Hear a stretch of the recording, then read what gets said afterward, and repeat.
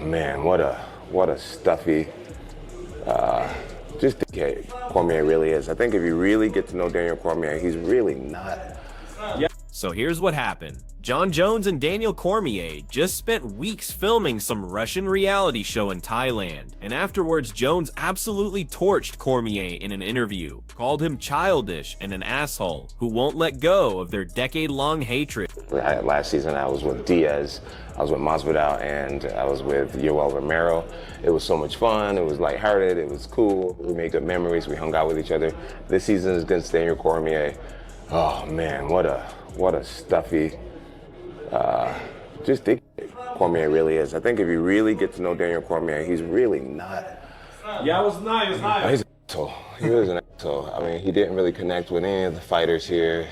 He's just an asshole. I tried to make peace with him many times, and he made it very clear that he wants to be enemies for the rest of his life because how lucrative it is.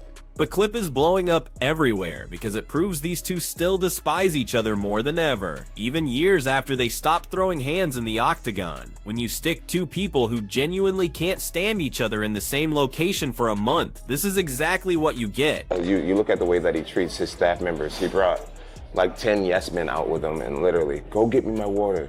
Where's my this? Why is that this? It was just, he just bosses guys around. You know, in the times we weren't filming, he wasn't very sociable with the people on set. He's just a kid. I think people that really work with him knows that. Here's where this footage came from. After they wrapped filming on ALF Global, this Russian MMA reality show that's basically their version of The Ultimate Fighter, Jones sat down with Red Corner MMA for an interview. The show had Jones and Cormier coaching opposite teams in Thailand, mentoring rising fighters through challenges and actual fights. But the one thing I do know is that I made him cry in front of the world. I took him off of the list of being considered one of the greatest fighters of all time. He'll be even lower in the rankings of the greatest heavyweight of all time because my prospect, Gable Steveson, is going to be 3 times the champion Daniel Cormier ever was. And so he'll just always be in my shadow one way or another.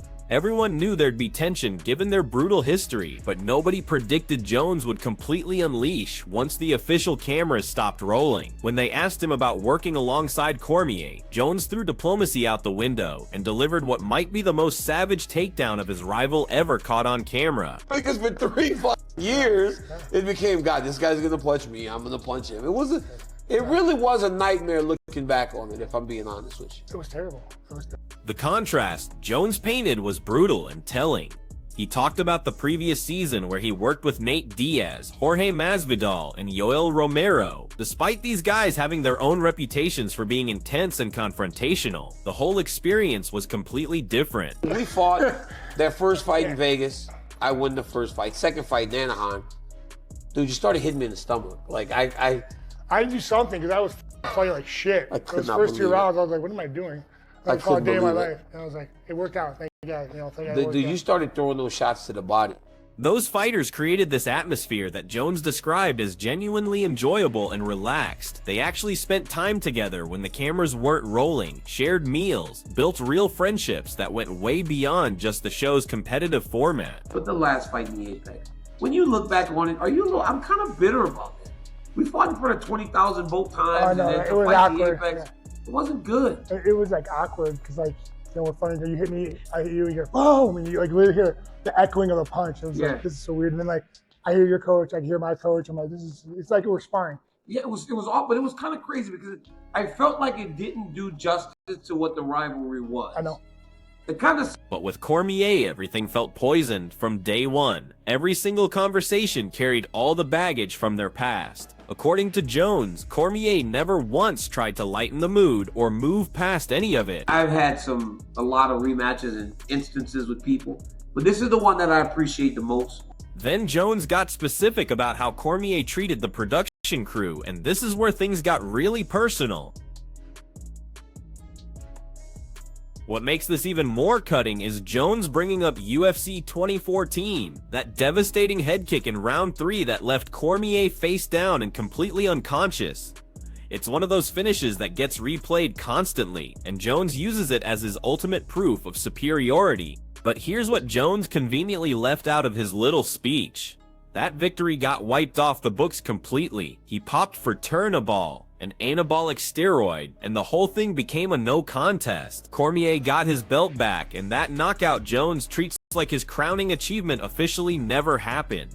Now Jones is taking this rivalry into the next generation. He mentioned Gable Steveson, this Olympic gold medalist wrestler he's been mentoring. Jones predicts Steveson will completely eclipse whatever Cormier accomplished as heavyweight champion, becoming 3 times more successful. Even if Jones and Cormier never share the same room again, Jones plans to keep his rival living in the shadows through someone else, a student who'll achieve everything Cormier couldn't. Every major MMA outlet has been covering this story since the interview dropped. MMA Fighting broke down the most explosive quotes and explained how they fit into the bigger picture. MMA Mania focused on Jones claiming Cormier wants to stay enemies forever. Bloody Elbow treated it as final proof that any friendship between these two is permanently dead. Yahoo Sports added context about the ALF Global show and what this means for both guys' media careers moving forward.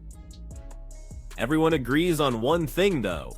Whatever tiny chance existed for these two to make peace just got obliterated. The timing makes this whole situation even more ridiculous. Before filming started, Jones was actually posting optimistic stuff on Instagram, talking about how great it would be having Cormier on the show. Maybe they could work through their messed up relationship. All that hope got completely destroyed by whatever went down in Thailand. Cormier gave his own interview about the experience before Jones dropped this bomb. He told Red Corner MMA that being around Jones feels different now since he's retired from fighting, without the possibility of them actually having to hurt each other. Cormier claimed the nastiness had died down. He described their interactions as professional, admitting they argued constantly but saying they figured out how to exist in the same space without wanting to throw punches. Cormier also revealed they discussed other ways to compete during filming.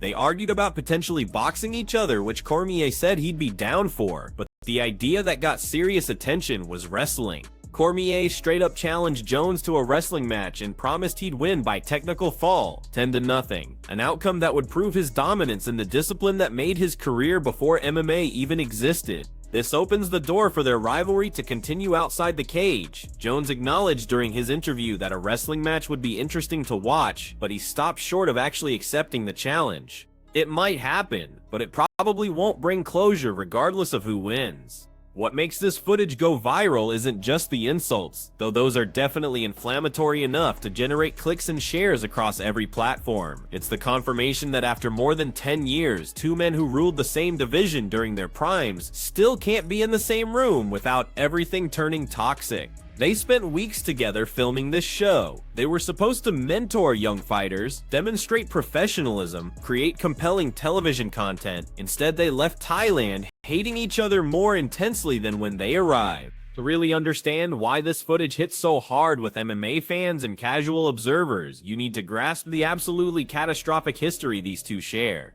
This isn't some fake rivalry created by promoters to boost pay-per-view sales. This is authentic, destructive hatred built on public humiliation, physical violence, drug scandals, professional jealousy, and cheating accusations that stretch back over a decade. Every insult in this viral clip carries all that accumulated weight. The whole thing started back in 2010 at UFC 21 in Anaheim. Jones was this 22-year-old phenom, absolutely destroying the light heavyweight division, with a violence and creativity the sport had never seen before. His weird striking angles, that crazy reach, his ability to finish fights from positions that seemed impossible made him look like a once-in-a-generation talent. Cormier was this 2-time US Olympian in freestyle wrestling, fighting as a heavyweight in Strikeforce, with his own championship dreams. His resume was absolutely stacked. NCAA champion, Olympic team captain, perfect professional record. Backstage at that event, Jones approached Cormier with what he described as a friendly bet, saying he could take the accomplished wrestler down.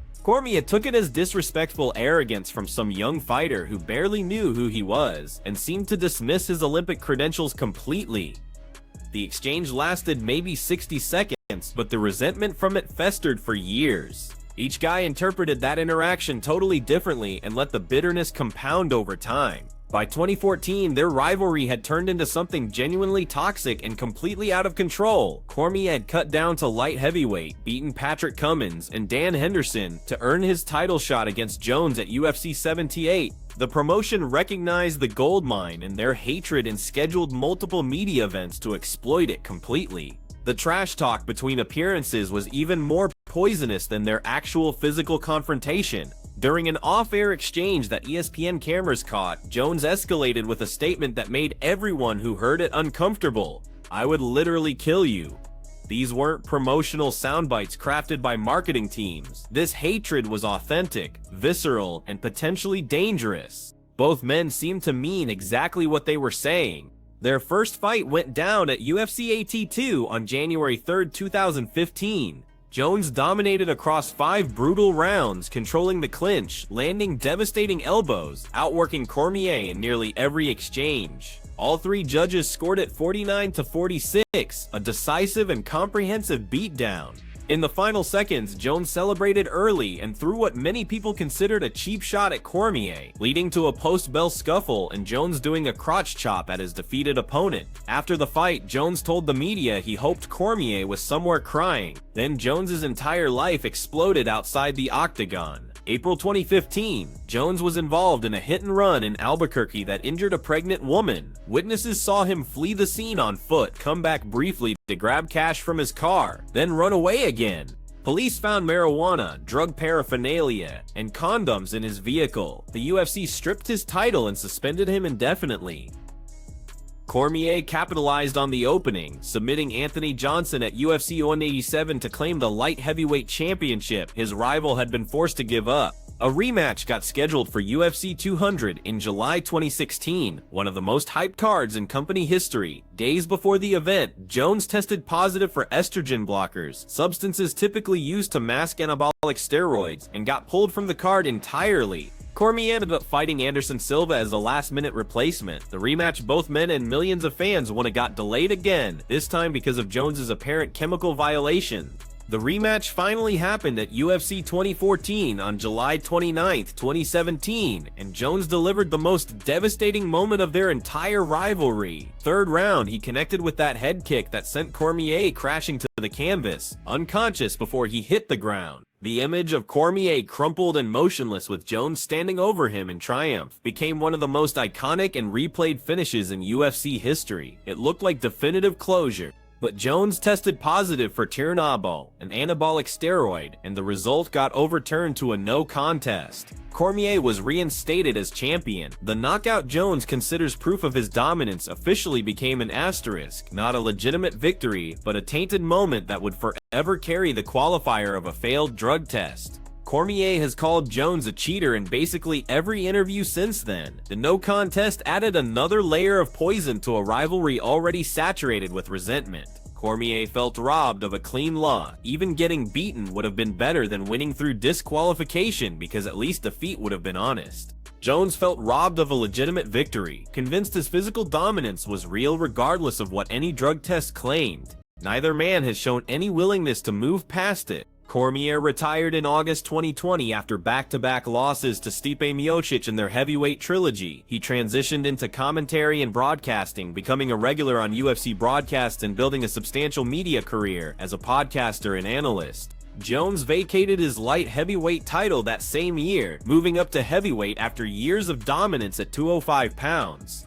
He eventually won the heavyweight championship in 2023 by submitting Cyril Gane in round 1. Even in retirement, Cormier couldn't escape Jones's shadow. Jones kept referencing their fights in every interview, mocking Cormier's losses, and claiming he permanently removed Cormier from any legitimate conversation about the greatest fighters ever. Cormier responded through his podcast and commentary work, criticizing Jones's drug failures, his legal troubles, and his character. This is the context that gives the Thailand footage its devastating impact. When Jones says Cormier wants to stay enemies for life because of how profitable it is, he's talking about more than a decade of mutual destruction that's been monetized into content. Every pay-per-view, every interview, every social media exchange has generated revenue for both of them. Their hatred has been profitable in ways most rivalries never achieve. But Jones's claim in this viral footage is that Cormier refuses to move past it even when the financial incentives are gone and the cameras are off.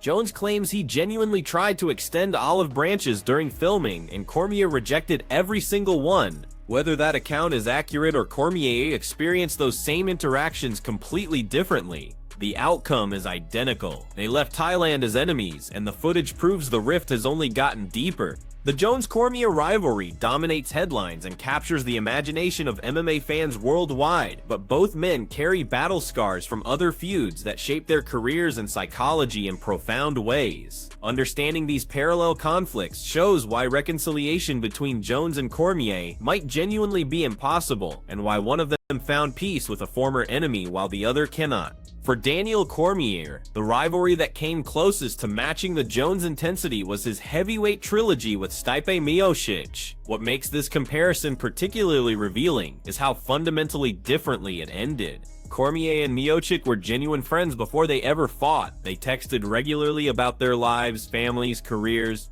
Cormier visited Miocic's firehouse in Ohio for an interview segment, spending time with the firefighters Miocic worked alongside between fights. They genuinely enjoyed each other's company and had mutual respect. Then they got matched against each other for the heavyweight championship, and everything between them changed with the sudden violence of a car crash. Cormier described the Miocic rivalry as a nightmare. For 3 years, every interaction with his former friend got filtered through the unavoidable knowledge that they would have to hurt each other as badly as possible. The friendship they had built beforehand made the violence more emotionally difficult to process. You can't punch someone you care about without carrying that weight afterward. Their first fight at UFC 26 in July 2018 saw Cormier knock out Miocic in round 1 with a flurry of punches, becoming the UFC's dual champion at light heavyweight and heavyweight simultaneously. But Miocic felt denied an immediate rematch while Cormier pursued a super fight with Brock Lesnar that ultimately never materialized.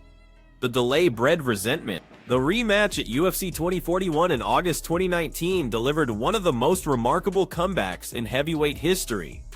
Cormier dominated the early rounds, outworking Miocic with wrestling and dirty boxing in the clinch. But Miocic adjusted in round 4 with devastating effect, targeting Cormier's body with brutal precision. The shots accumulated until Cormier could no longer absorb them, his defensive posture crumbling under the relentless assault. Miocic finished him by TKO to reclaim the title he had lost 13 months earlier. The rubber match at UFC 252 in August 2020 took place in an empty arena during the pandemic. The eerie silence of the Apex amplified every punch and grunt. Miocic won by unanimous decision after 5 hard rounds, and Cormier retired afterward with tears in his eyes. The trilogy was marred by accusations of eye pokes from both sides. Miocic required retinal surgery after the first fight, and Cormier suffered a torn cornea in the finale, but both men acknowledged they pushed each other to their absolute limit. This is the contrast that makes the Jones situation so striking and apparently hopeless. Cormier was able to find peace with a man who punched him in the liver until his body failed. He hasn't found peace with Jones. The difference can't be explained solely by the outcomes of the fights or the severity of the violence. Something else separates these rivalries.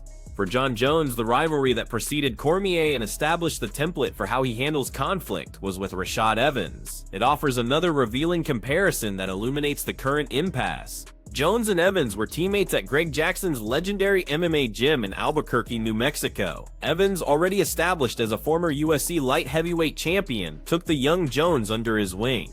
Then Jones publicly stated in an interview that he would fight Evans if the UFC demanded it. Evans felt betrayed. The pact in his mind was sacred. By even suggesting he would consider the matchup, Jones had violated an agreement between brothers. Evans left the camp and joined a rival gym in Florida. What had been friendship turned into the kind of hatred that only emerges from wounded intimacy.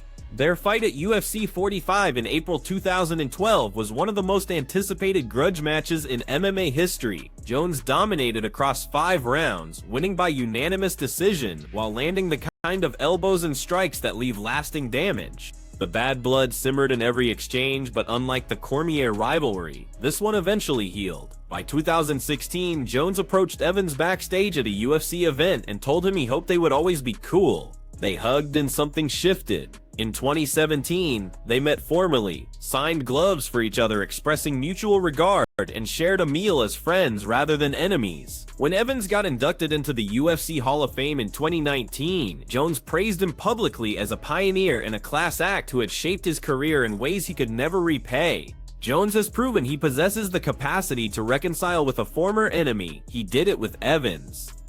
The question that hangs over the viral footage from Thailand is why he can't do it with Cormier, or why Cormier can't do it with him. According to Jones, the answer is money. Cormier has built a substantial portion of his post-fighting career on his identity as Jones's nemesis. The hatred generates content, drives engagement, provides endless material for podcasts and commentary, and social media interactions. Walking away from that rivalry means walking away from a significant revenue stream. According to Cormier's public statements over the years, the answer is simpler and more fundamental. Jones cheated, the failed drug tests, the positive samples, the overturned result at UFC 2014. These aren't things Cormier can forgive or forget. The knockout that Jones invokes in every interview exists in Cormier's mind as a tainted moment, not a legitimate victory, but evidence of a cheater stealing something that should have been earned honestly. The Thailand footage won't resolve this schism. If anything, it hardens both men's positions and eliminates any remaining ambiguity. Jones believes he sincerely tried to make peace and got rejected. Cormier presumably will offer a different account of those same interactions. What comes next might be a wrestling match. Cormier has challenged Jones to compete on the mat, where no drug testing exists and the only thing at stake is pride. Jones has expressed guarded interest without committing to a date or venue. If it happens, it would represent another chapter of a rivalry that refuses to end, even as both men have moved past their fighting primes, or nothing may happen at all. They may continue conducting parallel interviews about each other, trading insults through the media, and monetizing the hatred that has defined both their careers since 2014. The viral footage from Thailand is simply the latest installment of a story that shows no signs of concluding. Jones won both fights. Cormier claims one was stolen from him through pharmaceutical cheating. Neither man will ever back down, and the footage that has captivated the MMA world proves it. The AOF Global show will eventually air, and audiences will witness some version of what transpired between these two men during their weeks together in Thailand. The production team captured their coaching sessions, their interactions with fighters, and presumably some of their arguments about boxing and wrestling matches. What the show can't capture is the private contempt that Jones described in his interview, the bossing around of staff members, the refusal to socialize, the rejection of every peace offering. Cormier hasn't yet responded directly to Jones's specific accusations from the Red Corner MMA interview. Given his platform as a broadcaster and podcaster, a response is likely coming. When it arrives, it will probably offer a starkly different account of the same events. That's the nature of their rivalry. They experience the same moments and come away with contradictory interpretations, each convinced the other is acting in bad faith. For fans who have followed this rivalry since it began in 2010, the Thailand footage represents something melancholy. There was a time when reconciliation seemed possible. Jones rehabilitated his relationship with Rashad Evans. Cormier found peace with Stipe Miocic. Passage of time heals most wounds, even in combat sports where the wounds are literal. But Jones and Cormier appear to be the exception. They're two of the greatest fighters in UFC history, men whose legacies will endure long after they stop competing. They share a history that includes two of the most anticipated fights ever staged, and they can't stand each other. The viral footage confirms what many suspected. This rivalry ends only when one of them dies. Until then, every interview, every podcast, every chance encounter will carry the weight of everything they did to each other. Jones knocked Cormier unconscious. Cormier watched that knockout get erased from the official record. Neither man will ever forget, and that brings us to the end of this story.